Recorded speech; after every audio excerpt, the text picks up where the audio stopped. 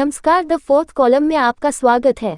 Party police station के सीमावर्ती क्षेत्र के मोटा वाघचिपा गांव में डकैती और हत्या के प्रयास के अपराध में शामिल आरोपियों को वलसाड जिला पुलिस ने कुछ ही दिनों में महाराष्ट्र राज्य से गिरफ्तार कर लिया।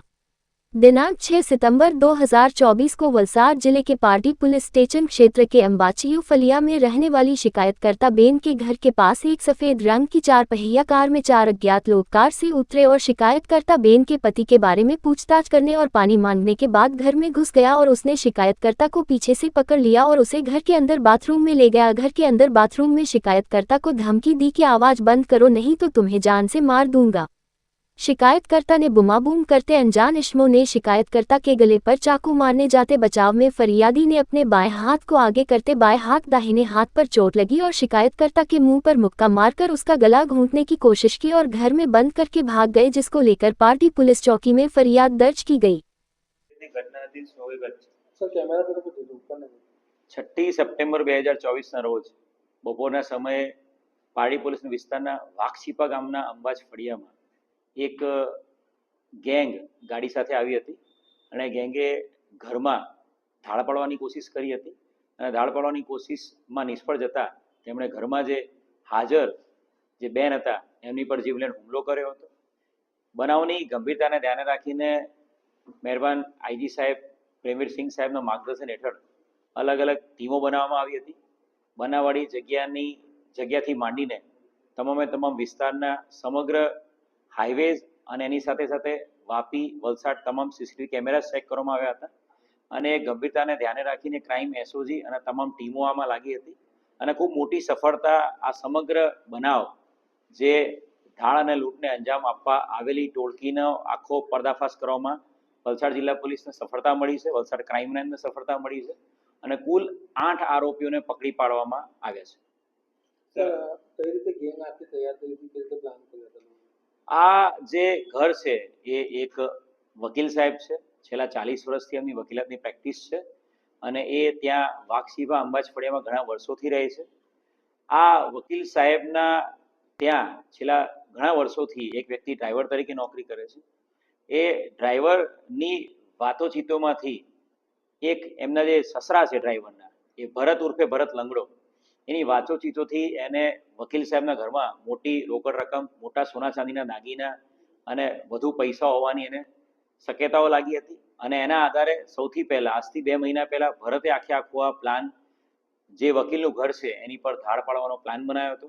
ભરતે પોતાના મિત્ર ધર્મેશ મારફતે એક ચેતન નાયકા, ધર્મેશ ચૌધરી દ્વારા એમને ચેતન નાયકાના સંપર્કમાં આવ્યા હતા અને આ ચેતન નાયકા જે ગયા વર્ષે સુરત શહેરમાં લાજપોર જેલમાં એનડીપીએસના ગુનામાં જેલમાં હતો ત્યારે એણે એના 2 મિત્રો બિપિન પટેલ અને હેમંત પટેલ, આ બંને મિત્રો જે બિપિન અને હેમંત પટેલ એની સાથે લાજપોર જેલમાં હતા, જે ધરમપુર મર્ડર કેસના આરોપીઓ છે, એમનો સંપર્ક કર્યો હતો।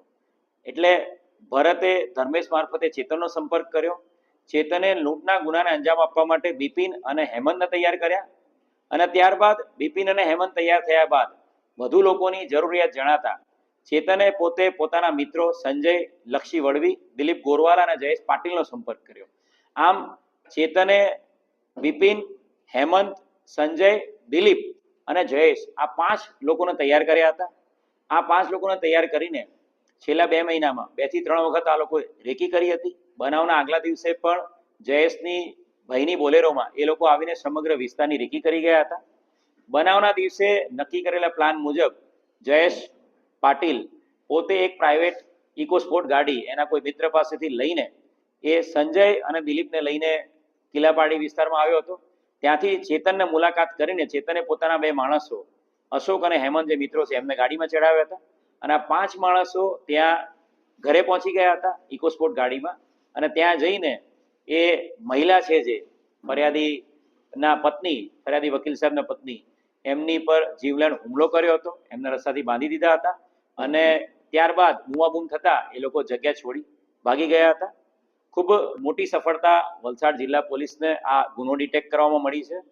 અત્યાર સુધીમાં જે જાહેરાત થઈ છે એ પ્રમાણે જેટલા પણ આરોપીઓ આઈડેન્ટિફાઈ થયા છે એ તમામ 8 આરોપીઓની ધરપકડ કરી લેવામાં આવી છે અને નવી ભારતીય ન્યાય સંહિતાની જે ધાડની અને જીવલેણ મહાવ્યથા કરવાની જે કલમો છે એ મુજબનો ગુનાની કલમોમાં ફેરફાર કરી દેવામાં આવ્યો છે અને આ તમામ આરોપીઓની હાલ પૂછપરછ ચાલુ છે.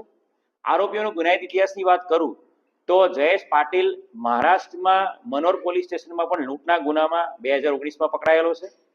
ભરત ઉર્ફે ભરત લંગડો જે આખી બનાવનો માસ્ટર માઇન્ડ છે એની વિરુદ્ધમાં પણ વલસાડની એસીબી પોલીસ સ્ટેશનમાં ભ્રષ્ટાચાર અધિનિયમ મુજબનો ગુનો દાખલ થયેલો છે. બિપિન અને હેમંત બંને ખાસ મિત્રો છે અને બંને એક જ મર્ડર કેસમાં 2016ના ધરમપુરના મર્ડર કેસના આરોપીઓ છે. અને જે ચેતન નાયકા છે જે ભરતની સાથે સાથે આ તમામ ગેંગ ઊભી કરવામાં મુખ્ય ફાળો છે એની વિરુદ્ધમાં પણ 2016માં નવસારીના ચીખલીમાં એનડીપીએસનો ગુનો દાખલ થયેલો છે. આ સમગ્ર ગેંગનો અત્યાર સુધીમાં કેટલી ગુનાઓને અંજામ આપ્યા છે? હાલ જે આ ગેંગ છે પહેલી વખત જ આ વખતે ઓપરેટ કર્યું છે. આ જે આરોપીઓ છે જે 5 જે મુખ્ય જે ગયા હતા ધાડ કરવા માટે એ લોકો પહેલી વખત એક સાથે આ કામને અંજામ આપવાની કોશિશ કરી છે. જે ગુનાહિત ઇતિહાસની મેં વાત કરી એ પ્રમાણે અલગ અલગ ધાડ, મર્ડર, લૂંટ એવા ગુનાઓ પહેલા એનડીપીએસ એવા ગુનાઓ અલગ અલગ આરોપીઓ વિરુદ્ધમાં પહેલા દાખલ થયેલા છે.